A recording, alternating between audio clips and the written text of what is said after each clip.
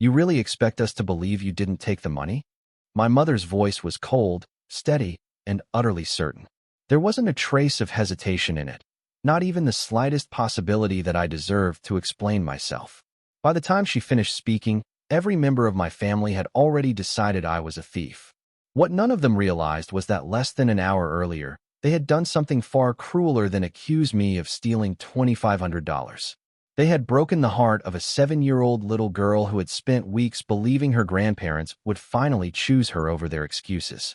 They thought they were burying me beneath another family lie. They had no idea that someone had quietly recorded everything. My name is Emily Carter. I am 34 years old, and I work as a financial compliance manager in Chicago. Every day, my job revolves around evidence, timelines, and facts. I spend my career proving what happened instead of believing what people claim happened. Ironically, the one place where facts had never mattered was inside my own family. 3 hours earlier, my house had been filled with balloons, pastel streamers, and the sweet smell of vanilla buttercream frosting. My daughter, Sophie, had insisted on helping me decorate every corner of the living room. Pink ribbons hung from the windows, handmade paper butterflies covered the walls, and a giant banner stretched above the fireplace announcing, "Happy 7th birthday, Sophie." She had worn her favorite lavender dress since breakfast. Every 10 minutes, she would run to the front window, press both hands against the glass, and ask the same hopeful question. "Do you think Grandma's here?" I smiled every single time. "Not yet, sweetheart. They'll be here soon." At least, that was what I believed. My parents had confirmed they were coming. My younger sister Jessica had promised she would bring Sophie's favorite cupcakes. My uncle had texted that morning saying he couldn't wait to surprise her with a bicycle. Even my cousins had filled the family group chat with colorful birthday emojis and promises that they would not miss the party. For once, I allowed myself to imagine that maybe this year would be different. Maybe Sophie would never have to experience the same disappointment I grew up learning to expect. 1 o'clock came, then 1:30. By 2, the candles had begun to lean in the warmth of the room. The ice cream softened. The food I had spent 2 days preparing sat untouched across the dining table. Each passing minute felt heavier than the last. Sophie still smiled whenever she heard a car outside. Each time, it was someone else's visitor, never ours. At 3:15, she climbed onto the couch beside me and rested her small head against my shoulder. Maybe they're just lost. The optimism in her tiny voice hurt more than any insult my family had ever thrown at me. I wrapped my arm around her. "They'll come if they can." The words tasted like a lie before they even left my mouth. At 4 o'clock, my phone finally vibrated. Not a call, not an apology, just a notification from the family group chat. Jessica had uploaded a photograph. The entire family was gathered around a long table at an upscale steakhouse across town. My parents were laughing. My cousins were raising champagne glasses. Jessica stood in the middle holding a designer shopping bag with the caption, "Family lunch before the weekend gets busy, red heart." There wasn't a single mention of Sophie's birthday. Not one. I stared at the screen until the letters blurred. Across the room, Sophie noticed my expression. She quietly walked over. "Did Grandma say they're almost here?" For a moment, I couldn't answer. I simply locked my phone and forced the gentlest smile I could manage. "They couldn't make it today." She looked at the untouched birthday table. Oh, that single word shattered something inside me. She didn't cry. She didn't throw a tantrum. She just walked over to the cake, carefully removed the tiny number 7 candle, and whispered, "Maybe we can use it next year." I turned away before she could see the tears gathering in my eyes. I was reaching for the lighter to relight the candles anyway, determined that my little girl would still have a birthday worth remembering, when my phone rang again. This time it was my mother. The moment I answered, she didn't ask about Sophie. She didn't wish her granddaughter a happy birthday. She didn't apologize for abandoning her. Instead, her first sentence froze the room around me. "Emily," she said sharply, "Jessica's envelope with $2,500 has disappeared. Since you were the last person who knew where everyone was meeting today, explain why you stole it." I did not answer my mother immediately. Years of working in financial compliance had taught me one lesson that rarely failed. The first person demanding an instant explanation was usually the least interested in hearing the truth. I simply closed my eyes for a second and listened. I could hear expensive silverware clinking in the background. Laughter, glasses touching, music drifting through the speaker. They were still sitting comfortably in that steakhouse where they had chosen to spend the afternoon instead of celebrating my daughter's birthday. Emily, my mother snapped. Did you hear what I said? I heard you. Then answer me. I will, I replied calmly. But first, I'd like to know why none of you came to Sophie's birthday. Silence. Not the silence of guilt. The silence of irritation. As though I had interrupted an important business meeting with an irrelevant question. Finally, my younger sister Jessica laughed. Oh my God, Emily. Are you seriously trying to change the subject? It isn't changing the subject. It absolutely is. My father joined the conversation, his deep voice carrying the same disappointment I had heard since childhood. Your mother asked you a simple question. So did I. Another pause. Nobody answered. Instead, Jessica sighed dramatically. We had something come up. I looked across the living room. Sophie was quietly removing paper plates from the table one at a time. She carefully stacked unopened party favors back into the gift bags we had spent 2 evenings assembling together. Every movement she made was slow, careful, almost apologetic, as if she believed she had somehow caused this. That hurt far more than my family's accusation. When exactly, I asked, did this emergency begin? What emergency? The one important enough to make every single member of this family miss a 7-year-old's birthday. Jessica clicked her tongue. You are making this into such a big deal. No, I answered softly. You are. Before she could respond, my mother cut in. The missing money is what matters right now. There it was again. Not Sophie's disappointment. Not the empty birthday party. Not the hours she spent waiting by the window. Just $2,500. According to my mother, Jessica had withdrawn the cash that morning to pay a designer who was remodeling part of her house. The money had supposedly been placed inside a white envelope and left inside her handbag while everyone gathered for lunch. Now it was gone. Jessica insisted she noticed it missing shortly before dessert. Someone suggested checking everyone's belongings. Apparently, that was when my name came up. You stopped by the restaurant this morning, didn't you? My father asked. I did. That part was true. At 9:30 that morning, before rushing home to finish decorating, I had driven to the restaurant because Jessica had forgotten the custom birthday candles she promised to bring for Sophie. She called me in a panic, asking if I could pick them up from the hostess stand where she had left them after making dinner reservations the previous evening. I parked, walked inside, collected the small gift bag, stayed less than 3 minutes. The manager even wished Sophie a happy birthday before I left. That had been my entire visit. You were there, Jessica continued. You knew where we were eating. I knew because you told me. You also walked past my purse. I walked past every chair in the lobby. My mother's breathing became heavier. Emily, no, I interrupted quietly. Let's stay with facts. That sentence immediately changed the atmosphere. My family hated facts. Facts had an unpleasant habit of surviving long after emotions disappeared. I entered the restaurant at 9:32. I picked up a gift bag from the front desk. I thanked the hostess.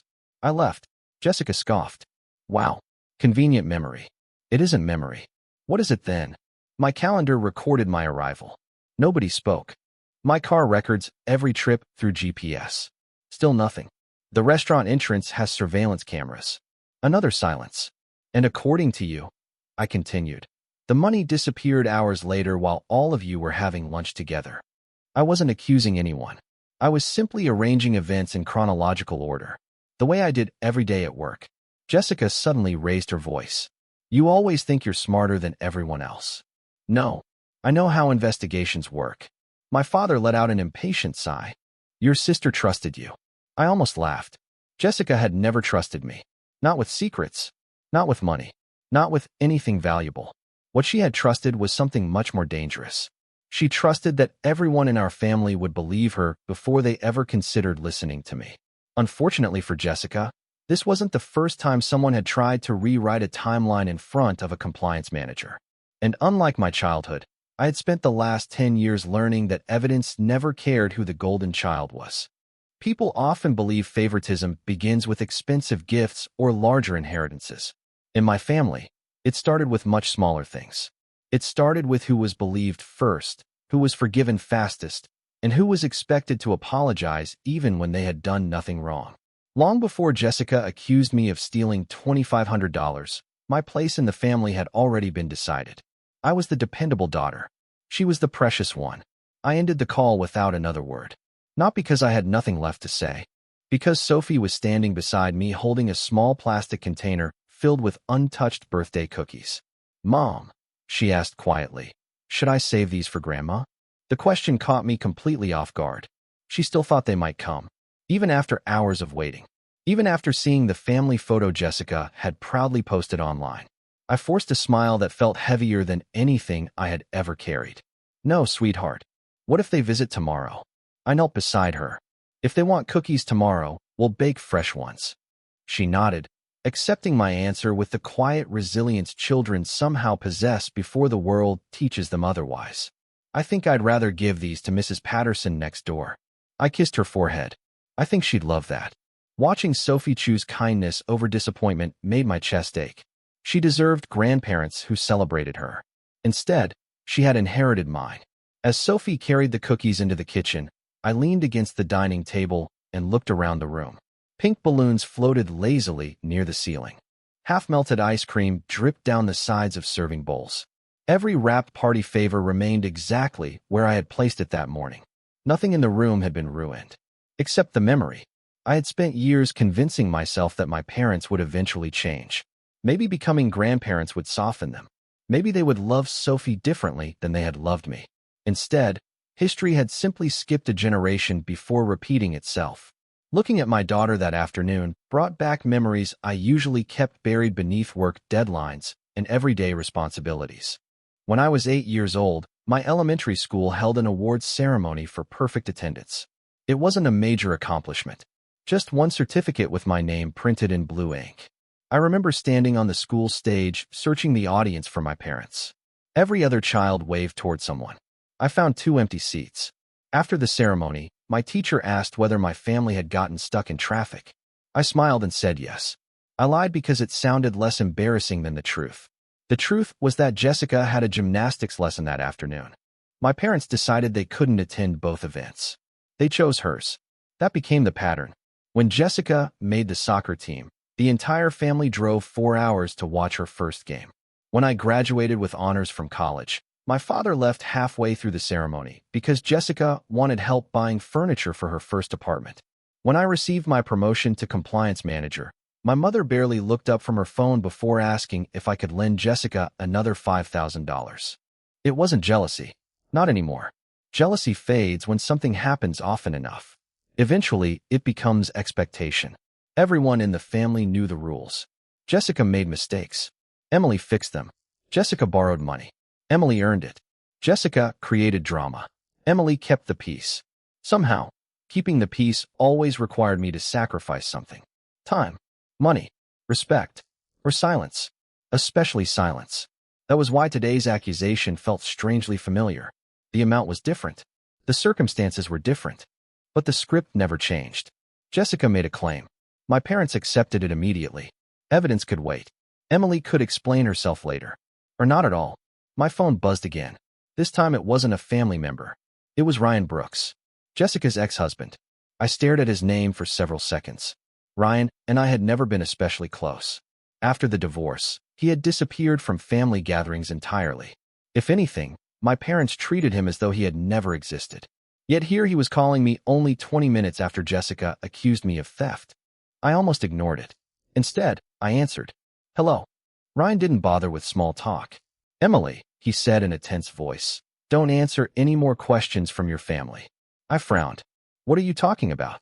"They're leaving out part of the story." My heartbeat slowed instead of speeding up. Years in compliance had conditioned me to recognize one thing immediately. When someone says there's another part of the story, there usually is. And sometimes, that missing piece changes everything. Ryan took a slow breath before speaking again. "I wasn't supposed to tell you this," he said. "But Jessica didn't lose $2,500 today." He stopped. She was already looking for someone to blame before the money ever disappeared. "Jessica didn't lose $2,500 today." Ryan repeated the sentence slowly, making sure I understood every word. She needed someone to blame before anyone started asking the wrong questions. I walked into the backyard before answering. The evening sun was beginning to disappear behind the neighboring houses, and Sophie was sitting on the patio swing, gently pushing herself back and forth while hugging the stuffed rabbit my mother had given her 3 birthdays ago. Ironically, that forgotten toy had become the only gift from my parents that she truly treasured. I lowered my voice. What exactly are you talking about? Ryan hesitated. I shouldn't even be involved. Then why did you call? Because your daughter shouldn't have become collateral damage. Those words landed harder than I expected. Ryan had seen enough of my family during his marriage to Jessica to understand something outsiders usually missed. Their biggest weapon wasn't anger. It was convenience. Whoever was easiest to blame became the villain. He let out a long breath. About 2 weeks ago, Jessica called me. I frowned. Why? Money. That wasn't surprising. Jessica had called Ryan countless times after their divorce, whenever she found herself in financial trouble. What did she want? $15,000. I blinked. 15. She said she was waiting for a business investment to come through. I almost smiled. Jessica had never owned a business. What happened? I refused. Then, she became angry. Ryan paused. Really angry. I leaned against the wooden fence, watching Sophie absent-mindedly draw circles in the dirt with her shoe. Ryan continued. She said someone else would cover her. I didn't need to ask who she meant. For years, someone else had almost always been me. Sometimes directly, sometimes through my parents, sometimes through guilt, sometimes through manipulation, but always me. I told her no, Ryan continued. Then she said something strange. What? She laughed. That caught my attention. She actually laughed and said, don't worry. Mom and Dad will make sure Emily pays for it one way or another. The backyard suddenly felt much colder. Ryan wasn't a dramatic person. During the years he was married to Jessica, I had always found him painfully straightforward. If anything, he avoided conflict. He wasn't the kind of man who invented stories. Why didn't you tell me earlier? I thought she was bluffing. And now, after hearing from one of my friends this afternoon. He stopped again. What friend? He works at the steakhouse. I straightened immediately. The restaurant. Yes. My compliance instincts instantly shifted into place. Facts. Sources. Timeline. What did he tell you? He said your family wasn't celebrating anything. I waited. They were arguing. Ryan explained that his friend managed private dining reservations at the restaurant. Jessica's family had been seated in a semi-private room near the back, but several employees noticed raised voices long before the meal ended. According to him, Jessica had repeatedly searched through her designer handbag while accusing the restaurant staff of misplacing something. At first, everyone assumed she had lost her phone. Then she suddenly announced that $2,500 had disappeared. No one called the police. No one asked the restaurant to secure the exits. No one requested surveillance footage. Instead, my family immediately started discussing me. Emily. Yes. Ryan's voice turned quieter. My friend said your father was the first person who mentioned your name. I closed my eyes. Not Jessica. Not my mother. My father. The man who spent my entire childhood telling me honesty mattered more than anything else. The same man who had taught me to return extra change to cashiers because character is what you do when nobody is watching. Apparently character had exceptions, especially when protecting his favorite daughter. What exactly did he say? Ryan answered without hesitation. He said, Emily was here this morning. She's probably the only person who could have taken it without anyone noticing. There it was. Not suspicion. Not uncertainty. A ready-made conclusion. Someone had merely needed a suspect. My father had supplied one. I thanked Ryan for telling me everything. Just before ending the call, he said one final sentence. Emily, there's one more thing. I'm listening. My friend also mentioned something else. What? The restaurant manager refused to accuse you. I frowned. Why? Because he remembered seeing you. That wasn't unusual. The restaurant wasn't far from my office. I had been there several times over the years for client lunches.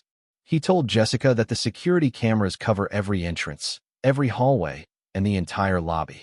Ryan paused. When he offered to review the footage. What happened? Jessica suddenly said it wasn't necessary. I looked back toward the house.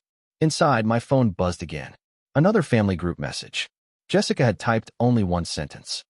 Emily, if you admit what you did tonight, maybe we can keep this within the family. I stared at the message for several seconds. Then, for the first time all day, I smiled. Not because I enjoyed conflict. Not because I wanted revenge. But because people who are truly innocent never refuse to look at security footage. And people who are lying often make one fatal mistake. They become so confident that everyone will believe their story. They forget that cameras don't belong to the family. They belong to the truth.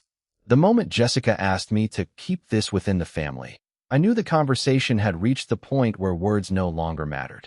Families ask for silence when they want to protect someone. They ask for truth only when they already know it won't hurt the person they love most. For the first time in my life, I decided I wasn't going to protect anyone except my daughter. I didn't reply to Jessica's message. Instead, I walked back inside, locked the front door, and began cleaning the living room. Not because I enjoyed cleaning, because restoring order helped me think. Sophie had already fallen asleep on the couch with her stuffed rabbit tucked beneath her chin. Her cheeks were still stained with dried tears she had tried so hard to hide from me. I gently carried her upstairs, tucked her into bed, and kissed her forehead. "I'm sorry," I whispered. She never heard me. Maybe that was for the best. Children shouldn't have to carry the weight of adults' failures. Once she was asleep, I returned downstairs and opened my laptop. Old habits took over immediately. I created a new folder. Carter Family, July Investigation. Inside it, I opened separate folders labeled Timeline, Messages, Financial Records, Witnesses, and Surveillance. At work, every investigation began with organization. Emotions faded. Evidence remained. I exported screenshots of every text Jessica had sent that afternoon. Then I saved the family group chat, including the photograph of all of them smiling at the steakhouse, while Sophie waited by the window for grandparents who never intended to come. The timestamp mattered. Everything mattered. Next, I wrote down every event from memory. 9:32 a.m. Arrived at restaurant. 9:35 a.m. Collected birthday candles. 9:36 a.m. Spoke with hostess. 9:37 a.m. Left parking lot. 1 p.m. Sophie's party began. For 12 p.m. Jessica posted family lunch photo. 4:28 p.m. Mother accused me of theft. The sequence looked clean, logical. More importantly, it exposed something my family hadn't considered. They had accused me before gathering evidence. That was never an investigation. It was a decision. As I finished typing, my phone buzzed again. This time it was my father. I almost ignored the call. Instead, I answered. His voice sounded unusually calm. "Emily." "Yes. We need to settle this tonight." "There isn't anything to settle. There is if you cooperate." "Interesting. Not if you're innocent." "If I cooperated." "What exactly do you mean by cooperate?" "You return the money." "I don't have it." "Emily." His tone shifted into the disappointed father I knew so well. "You've always been stubborn." "No. I've finally stopped apologizing for things I didn't do."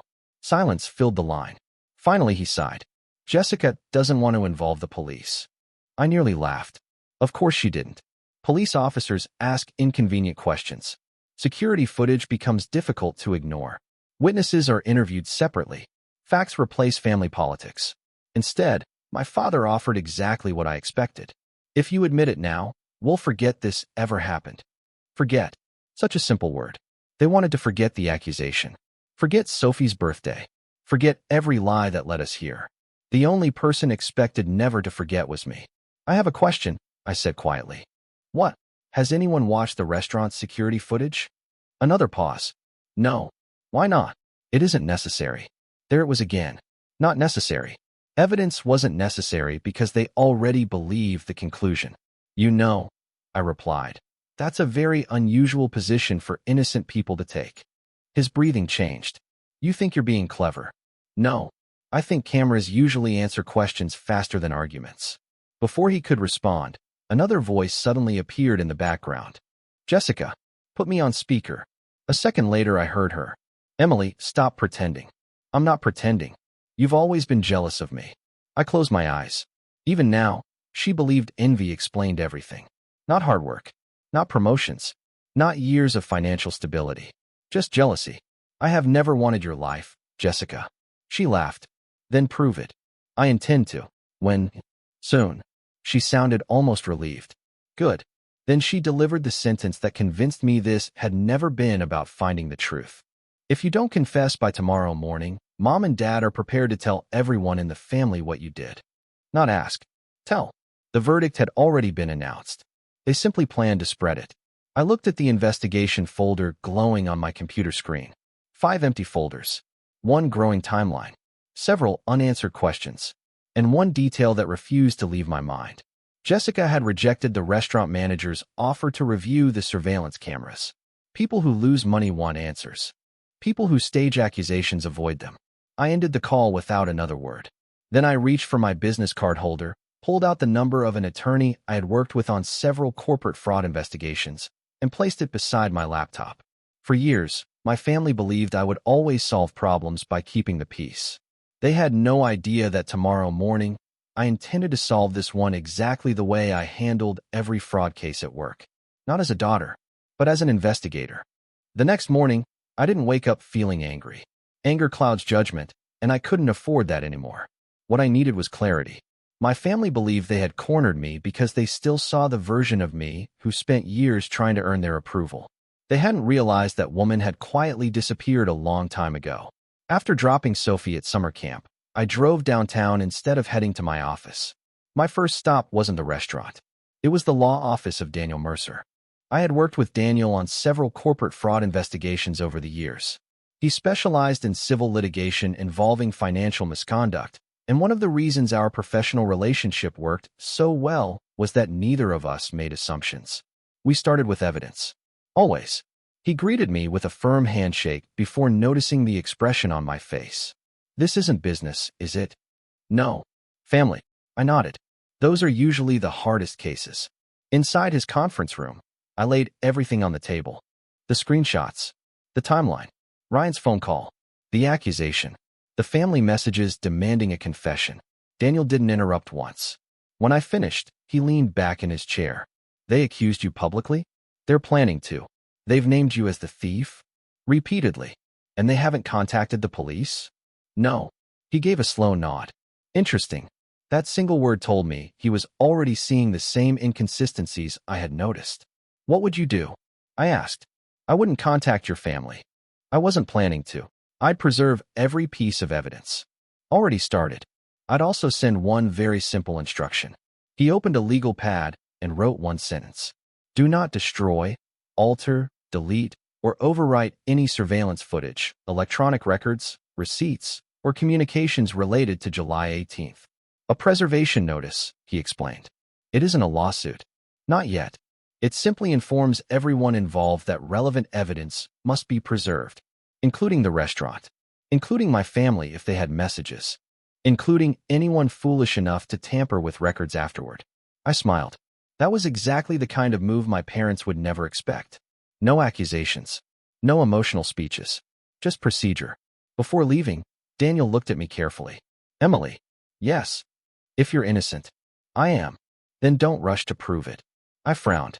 He continued. People staging false accusations usually panic when their target stays calm. I had seen that happen in corporate investigations countless times. Fraudsters often expose themselves by trying to strengthen weak stories. Daniel folded his hands. Give them room to keep talking. By the time I left his office, the preservation notices had already been drafted. One would go to the restaurant, another to my parents, another to Jessica. No threats, just legal documentation. At 10:30, I finally drove to the steakhouse. The general manager recognized me immediately. Ms. Carter, I appreciate you seeing me. He led me into his office without hesitation. I had a feeling you'd come. I understand there was some discussion yesterday. He sighed. I'm afraid there was. I explained that I wasn't asking him to show me surveillance footage. Not yet. I only wanted confirmation that it still existed. His answer came instantly. It does. My heartbeat remained steady. Has anyone requested it? No. Not even my family. They declined. Exactly as Ryan had said. The manager hesitated before continuing. I probably shouldn't tell you this. You don't have to. But I think you deserve to know.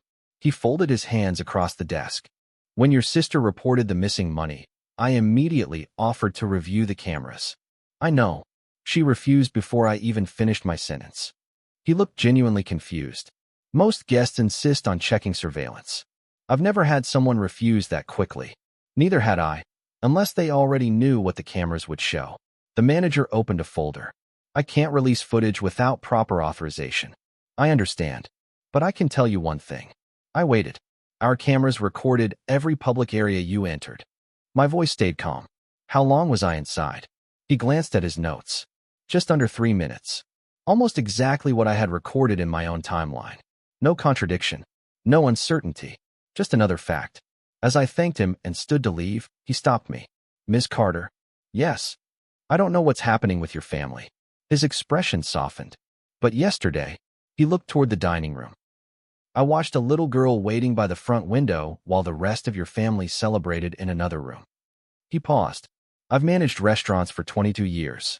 I've seen people lose jewelry, cash, watches, even engagement rings. But I've never seen grandparents skip a child's birthday and then spend the afternoon accusing her mother.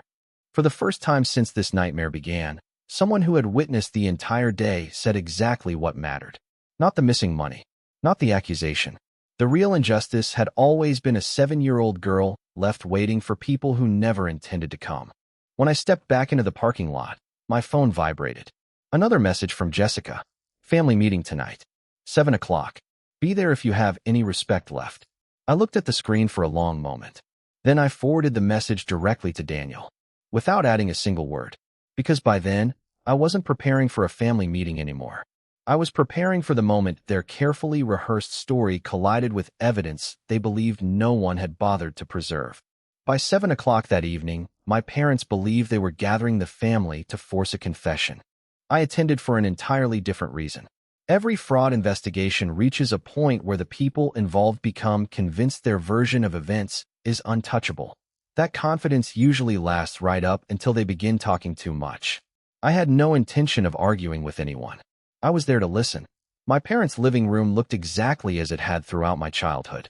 The same floral sofa. The same family photographs. The same wall where Jessica's achievements occupied nearly every frame. Soccer trophies. College graduation. Wedding portraits. There wasn't a single photograph of Sophie's birthday. Not this year. Not in a year.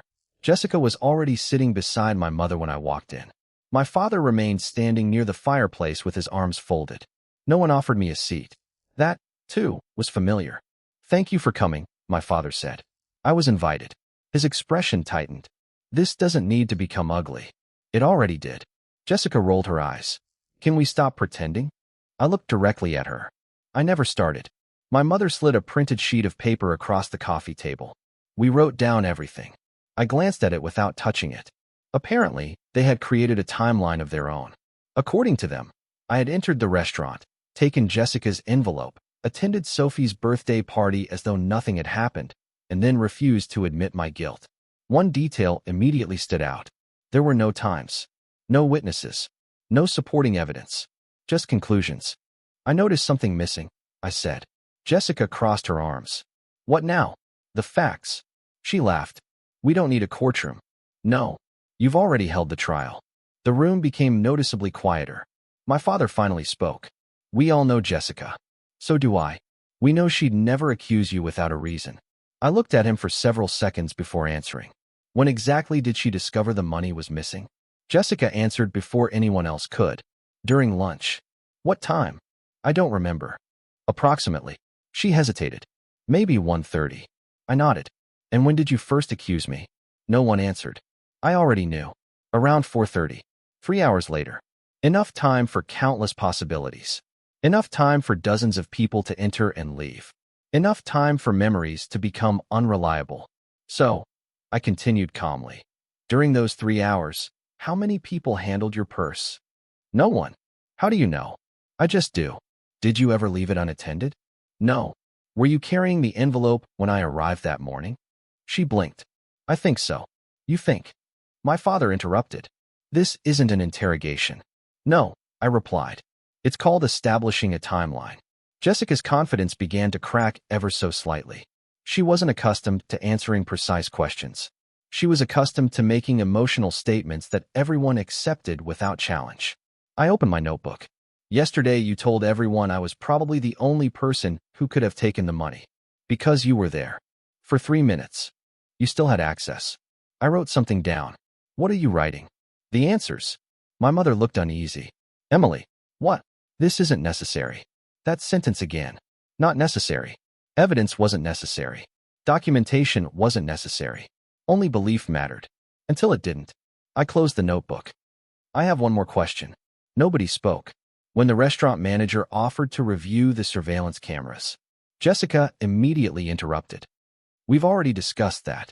I know. So why bring it up again? Because I want to understand why you refused. I didn't refuse. The manager says you did. Her face changed almost imperceptibly. Not panic. Recognition. She hadn't expected me to speak with him. My father looked at Jessica. You told us the cameras wouldn't help. She looked back at him. I just didn't want to waste anyone's time.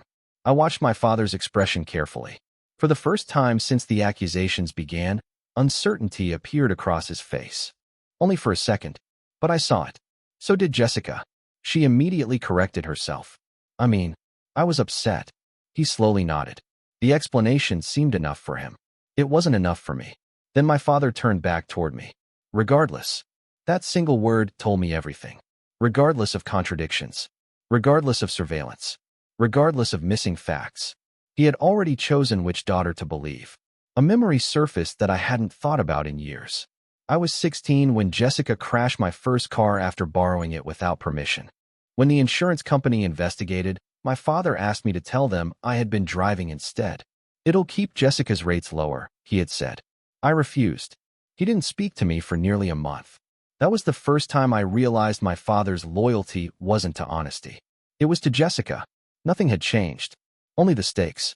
I stood and picked up my purse. Is that it? My mother asked. Yes. So you're leaving? I've heard everything I needed to hear. Jessica smiled with obvious relief. She thought my silence meant surrender.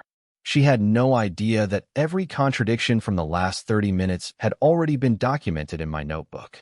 As I reached the front door, my father called after me. If you don't admit what you've done. I turned around. Then we'll tell the entire family tomorrow. I nodded once. I was hoping you would. Jessica smiled even wider. She mistook my answer for desperation. Neither of them realized they had just committed themselves to a story that would soon have to survive witnesses, timestamps, surveillance footage, and sworn statements. Unlike family loyalty, evidence never changes its mind. The next afternoon, my parents kept their promise. They told everyone. By noon, my phone had filled with messages from aunts, uncles, cousins, and family friends I hadn't spoken to in months. Some asked if the accusations were true. Others didn't bother asking at all. They simply said they were disappointed. What struck me most wasn't that people believed the story. It was how quickly they believed it. False accusations spread far faster than careful investigations because they ask almost nothing from the listener except judgment. I didn't answer a single message. Instead, I forwarded each one to Daniel. He called me less than 15 minutes later. They've now repeated the accusation to third parties? Yes. Good. Most people wouldn't have described that situation as good. Daniel did. Every new statement creates another record. They're making the case larger. They're making the consequences larger. His voice remained perfectly calm. Keep preserving everything. After ending the call, I drove to my office. Although it was technically my day off, I still had access to one resource that had shaped my entire career. Documentation. I wasn't searching company databases or using employer information. I simply sat alone in an empty conference room with a legal pad and began reconstructing every conversation my family had forced me into over the previous 48 hours. Who spoke first? Who interrupted? Who changed their version? Who avoided direct questions? Patterns emerged almost immediately. Jessica never described seeing the envelope after I left the restaurant. My father repeatedly claimed I was the only person who could have taken it. My mother never once asked whether I was innocent. She only asked whether I would confess. Each statement depended on the others. None depended on evidence. Around 3 o'clock, my phone rang again. Ryan, I figured you'd want to know what's happening. I'm listening. They're still telling people you stole the money. That doesn't surprise me. It should. His voice sounded unusually serious. My former father-in-law called me. My father. What did he want? He asked whether I ever saw you steal from Jessica during our marriage. I actually laughed. Not because it was funny, because it was desperate. And what did you tell him? The truth. Ryan didn't hesitate. I told him you were usually the one paying for Jessica.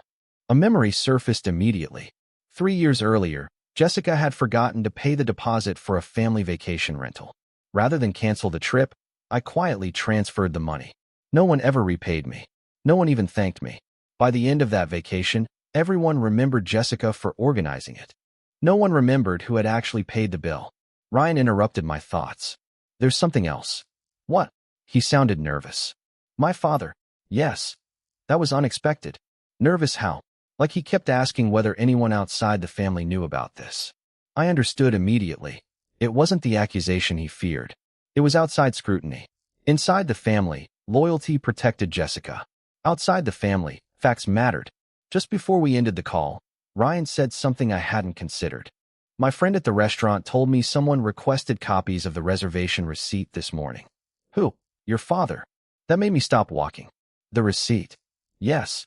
Not the surveillance footage. No. Interesting. Receipts could prove the family ate lunch together. They couldn't prove theft. Yet my father ignored the one piece of evidence that actually could answer the central question.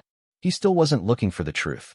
He was looking for documents that supported the story he'd already chosen. That evening, Daniel asked me to meet him one last time before anything escalated further. When I arrived, he placed several organized folders across the conference table. Everything you've collected is consistent. He tapped one folder. Your timeline. Another. Witness list. Another. Messages. Finally, he slid the last folder toward me. Inside was a draft letter. It wasn't addressed to my family. It was addressed to the restaurant's legal department, formally requesting preservation of all surveillance recordings from every public camera covering the date and time in question. Daniel folded his hands. They've had nearly 2 days. If the footage supports them, they'll welcome it. And if it doesn't, they'll keep trying to avoid it. He paused before asking one final question. Emily. Yes. If the footage proves exactly what you've been saying, it will. Are you prepared for what comes next? I knew what he meant. Winning wouldn't simply expose Jessica. It would expose my parents. Every decision, every lie, every accusation, every deliberate choice to believe one daughter without evidence while sacrificing the other. I thought about Sophie waiting by the front window with birthday balloons slowly losing air. I thought about my father asking Ryan whether I had ever stolen from anyone. I thought about my mother asking for a confession before asking for the truth. Then I signed the preservation request without hesitation, because by then, this was no longer about recovering my reputation. It was about making sure the people who had weaponized my daughter's birthday against me would finally have to explain their story in front of evidence that could neither be manipulated nor ignored. And somewhere inside that restaurant, the cameras had been waiting patiently all along. The surveillance footage was reviewed 3 days later. Not in my parents' living room. Not around a dining table where loyalty mattered more than facts. It was viewed inside a conference room at the restaurant with the general manager, the restaurant's legal representative, Daniel, and me. My parents had been invited through their attorney after receiving Daniel's preservation notice. They accepted because, by then, refusing to watch the footage would have looked worse than watching it. Jessica arrived wearing the same confidence she had carried since the first accusation. My father barely looked at me. My mother avoided my eyes entirely. No one spoke while the manager loaded the recordings. The first camera showed the front entrance. At 9:32 a.m., I walked inside carrying my phone and car keys. The timestamp matched my own timeline exactly. Another camera showed me speaking with the hostess. A third captured an employee handing me the custom birthday candles I had ordered for Sophie. A hallway camera followed me back toward the exit. At 9:35 a.m., I left. The manager paused the recording. Ms. Carter remained inside the restaurant for approximately 2 minutes and 58 seconds. Daniel wrote down the exact time. No one challenged it. The next recording began several hours later. Jessica and the rest of my family were seated in the private dining room. Everyone watched silently. Jessica placed her handbag on the empty chair beside her. She stood several times to greet relatives. She walked toward the buffet. She posed for photographs. At one point, she left the dining room entirely for several minutes. The handbag remained behind, completely unattended. The room stayed silent. My father slowly leaned forward. Jessica stared at the screen without blinking. The manager continued advancing the recording. Finally, another guest accidentally brushed against the chair while moving past the table. Jessica's handbag slipped sideways and fell onto the floor. The contents scattered beneath the table.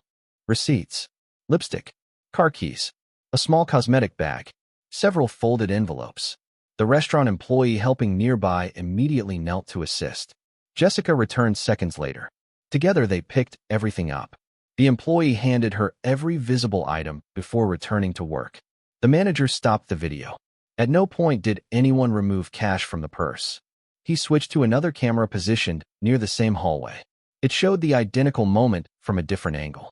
Again, nothing disappeared. Then came the final recording. Nearly 40 minutes later, Jessica opened one of the envelopes while seated. She frowned. She searched inside her purse, then inside another envelope. Only then did she begin looking worried. The manager froze the frame. This is the first observable indication that Ms. Brooks believed something was missing. Daniel quietly asked, "Do you have footage after this?" "We do." The next few minutes unfolded exactly as Ryan had described. Jessica searched her purse repeatedly. My father spoke first. Although the conference room speakers weren't designed to amplify distant conversations, the restaurant also maintained synchronized audio coverage in the private dining room. The words came through clearly. "Emily was here this morning." My father's voice. "She's probably the only person who could have taken it without anyone noticing." Jessica looked at him, then at my mother. No one objected. No one suggested reviewing the cameras. Instead, the manager himself entered the room. Even on video, we watched him gesture toward the surveillance system.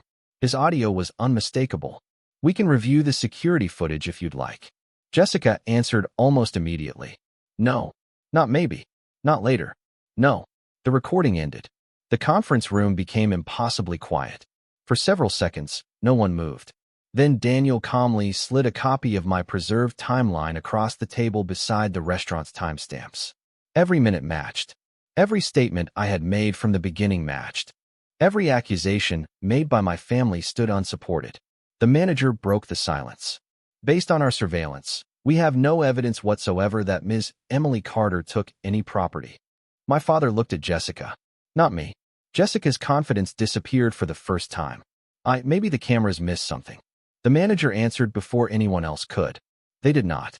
"There are no blind spots covering the areas Ms. Carter entered." Jessica turned toward my parents. Neither of them spoke. Because there was nothing left to say. The evidence they had avoided for days had answered every question in less than 15 minutes. Daniel finally closed his folder. "I believe today's review resolves the allegation against my client." He stood. "We'll be discussing the remaining legal issues separately." Legal issues. Not family issues. Not misunderstandings. Legal issues created by false accusations that had spread far beyond one restaurant. As we walked toward the parking lot, I heard my mother call my name for the first time since this began. "Emily." I stopped but didn't turn around. "I'm sorry," she whispered. It was the apology I had imagined hearing for years. Strangely, it no longer carried the weight I once believed it would. Because the greatest truth revealed by the cameras wasn't that I hadn't stolen $2,500. It was that when given a choice between evidence and their favorite daughter, my parents had chosen Jessica without hesitation. The footage simply made visible a betrayal that had existed my entire life. And unlike their version of events, that truth required no editing at all. The surveillance footage ended the accusation. It did not end the consequences. A week later, Daniel and I sat together reviewing a thick stack of printed screenshots, text messages, and written statements from relatives who had repeated the accusation after hearing it from my parents.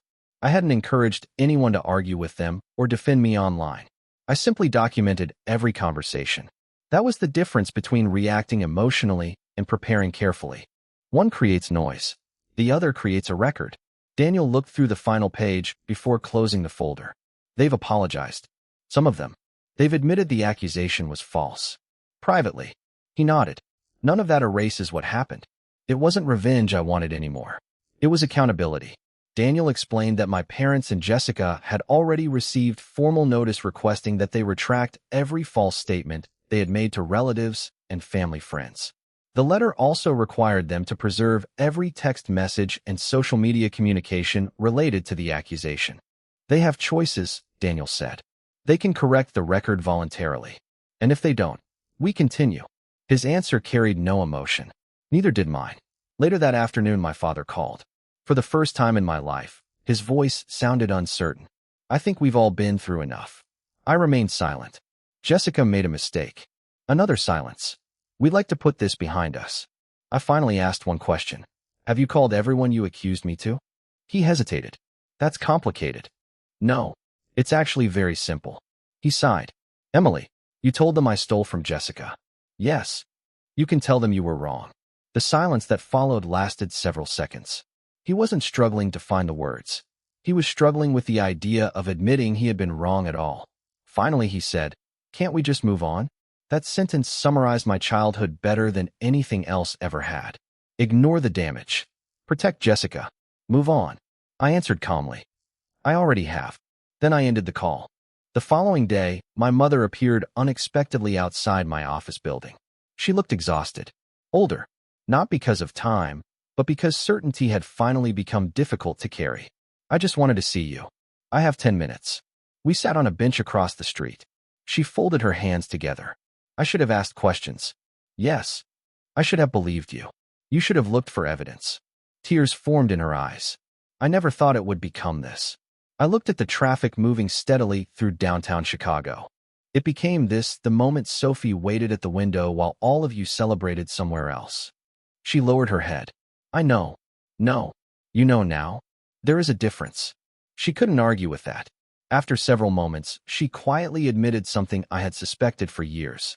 Your father always believed Jessica needed more protection. I smiled sadly, and he decided I needed less. She never denied it.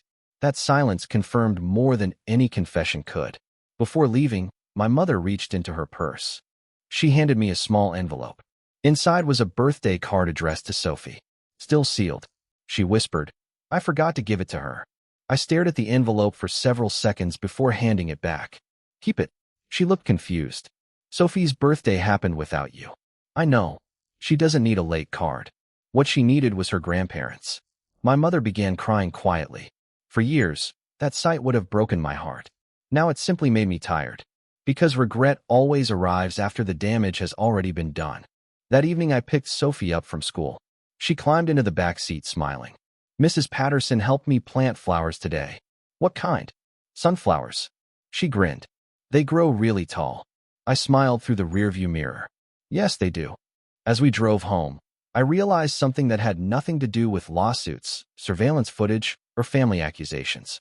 Sophie had stopped asking why Grandma and Grandpa hadn't come to her birthday. Children eventually stop asking questions adults refuse to answer. They simply adjust their expectations. That realization hurt more than every accusation combined. When we reached home, Sophie ran inside carrying her backpack, while I stood for a moment beside the driveway. My phone buzzed one final time. A family group message. This time it came from my father. I've informed everyone that Emily did not take the money. I was wrong. No excuses. No explanations. Just one sentence. It was the first honest thing I had ever seen him write about me. I saved a screenshot, filed it beside every other document from the investigation, and quietly closed the folder. Not because forgiveness had arrived, but because the truth no longer needed my help to defend itself. The legal matter ended quietly. There was no dramatic courtroom confrontation, no television cameras, no emotional speeches. After reviewing the surveillance footage, witness statements, preserved text messages, and the written retraction from my father, Jessica's attorney contacted Daniel with an offer to settle every remaining issue privately. That was exactly how most real disputes ended. Not with applause. With paperwork. Daniel explained every document before I signed anything. Jessica formally acknowledged that there was no evidence I had taken her money. She agreed to withdraw every accusation made directly or indirectly through messages and social media. She also agreed to reimburse my legal expenses resulting from the false allegation. My parents signed a separate statement confirming they had repeated an accusation without verifying the facts. Neither document contained the word forgiveness, only responsibility. As I left Daniel's office, he smiled for the first time since we'd met. You handled this well. I documented it. You stayed disciplined. I thought about that for a moment. No, I stayed tired. He understood exactly what I meant. The exhaustion hadn't come from gathering evidence. It came from finally accepting that some people would rather lose a daughter than admit they had been wrong about another.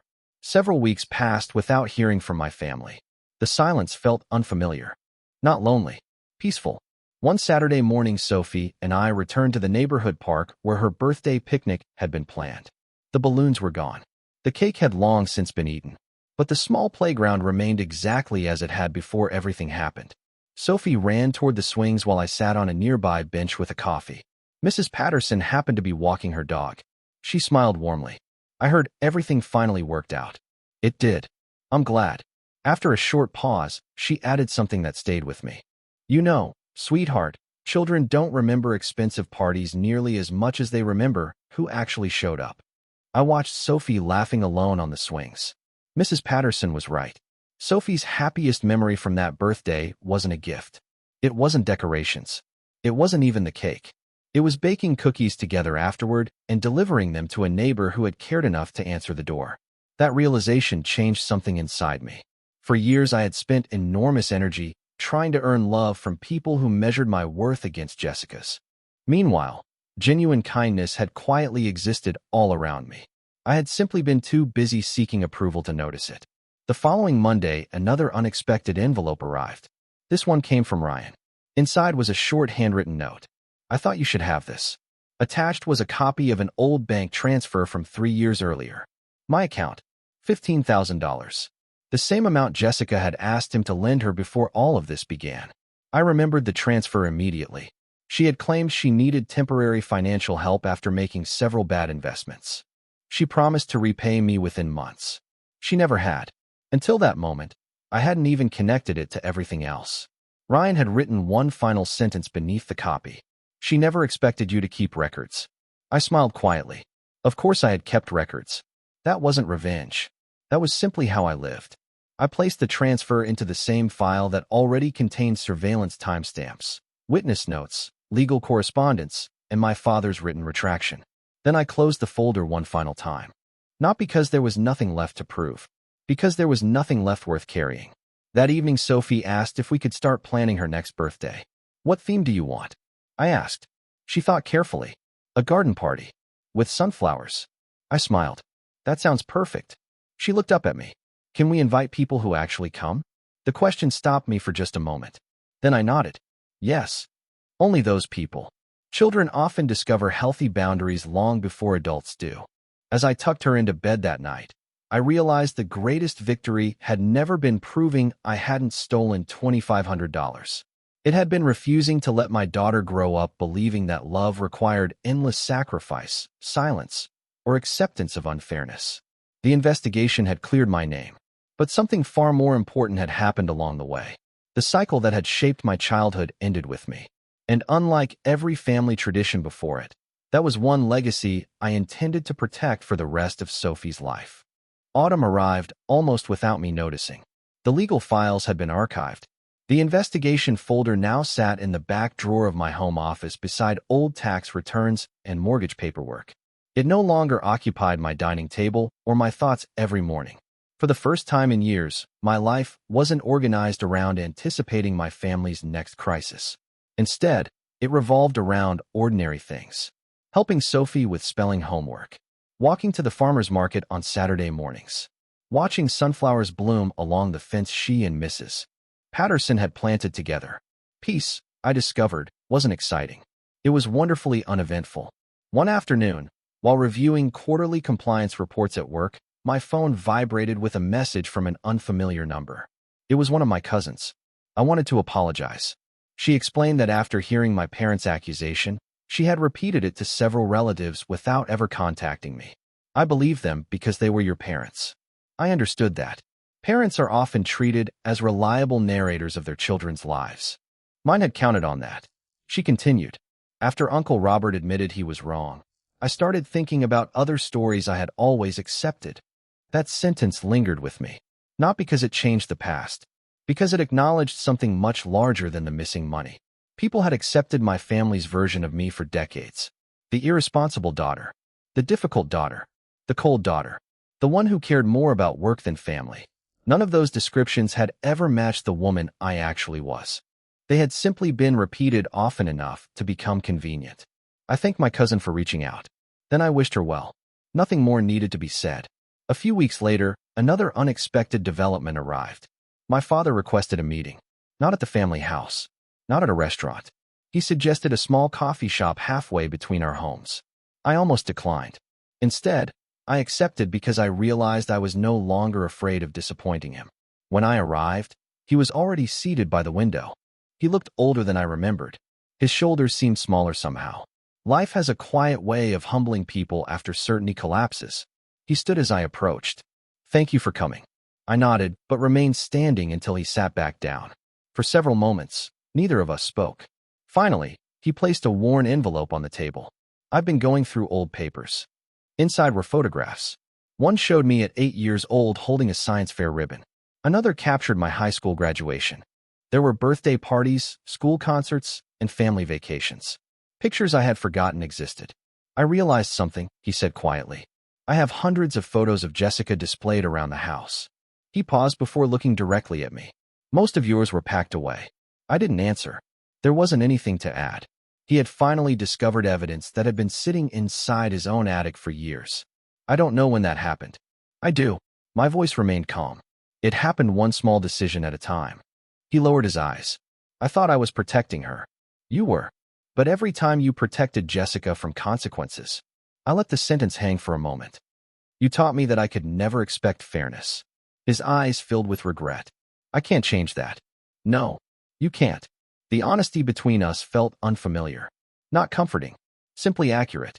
He reached into his jacket pocket and removed another folded paper. It was a handwritten list. Birthdays, school events, dance recitals, graduations, milestones he had missed or left early because Jessica needed something. He had apparently spent weeks reconstructing them. I counted 37. I looked at the list but didn't touch it. He wasn't asking me to verify it. He was forcing himself to see it. "I don't expect forgiveness," he said. "I know. I just wanted you to know I finally understand." For years I had imagined hearing those words. Now they sounded less like redemption and more like acceptance. Understanding arrived decades too late to change my childhood. But it arrived early enough to prevent him from pretending it had never happened. When I left the coffee shop, I didn't take the photographs or the handwritten list. Those belonged to him. They were evidence from his own investigation. As I drove home, Sophie called me through the car's hands-free system from Mrs. Patterson's house. "Mom." "Hi, sweetheart. Guess what?" "What?" "The sunflowers are taller than me now." I smiled as traffic moved steadily around me. "I can't wait to see them." The conversation lasted less than a minute. Yet when it ended, I realized something my father never had. Children don't measure love by promises. They measure it by presence. And this time, I intended to be present for every single moment that truly mattered. The following spring, Sophie turned 8. This time, I didn't spend weeks wondering who would come. I didn't send reminders. I didn't rearrange plans to accommodate people who had spent years treating us as optional.